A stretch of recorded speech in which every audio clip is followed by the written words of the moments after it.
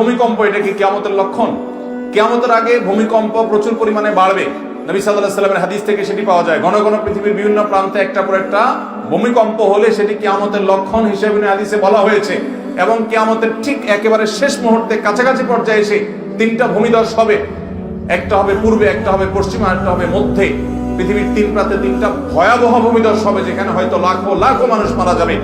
সেরকম ভয়াবহ ঘটনা ঘটবে কিয়ামতের ঠিক কাছাকাছি গিয়ে। এই ভূমিকম্পটা সুনির্দিষ্ট করে কিয়ামতের আলামত, নাকি পৃথিবীর আবহমানকাল থেকে চলে আসা অন্য 10টা ভূমিকম্প, এই ইলম একমাত্র আছে আল্লাহ তাআলার কাছে। এটা নির্দিষ্ট করে এটাই কিয়ামতের আলামত, এটা আমরা বলতে পারবো।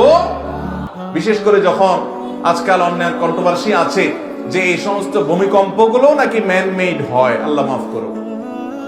কিয়ামতের আগে পৃথিবীতে দাজ্জাল আসবে, তো দাজ্জাল নিজেকে আল্লাহ দাবি করবে, তো তার পরিবেশ নানাভাবে প্রস্তুত হয়। গোটা পৃথিবীর সকল বিষয় মানুষ কন্ট্রোল করার মতো পাওয়ার আল্লাহ মানুষকে দিয়ে দেয়। এইভাবেই তো দাজ্জাল আসবে।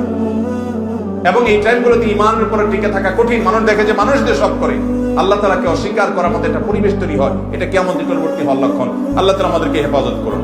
দৈনিক 20 বার মৃত্যুর কথা স্মরণ করলে জান্নাত ওয়াজিব হয়ে যায়, এই উক্তিটি কি শরীয়তে কোথাও আছে?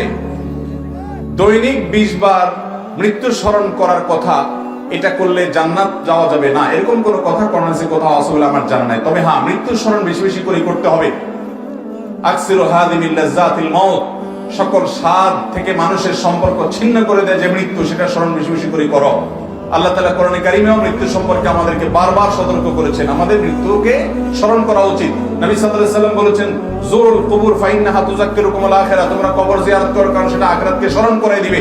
এইজন্য বেশি বেশি করে আমরা কবর জিয়ারত করব, আখিরাত স্মরণ, মৃত্যুর স্মরণ হবে। সেজন্য মৃত্যুর স্মরণ হওয়া ভালো জিনিস, কিন্তু এর মানে এই না যে দিনে 20 বার করলে আপনার জান্নাত ওয়াজিব হবে, এরকম কোনো হাদিস বিশুদ্ধভাবে বর্ণিত হয়নি।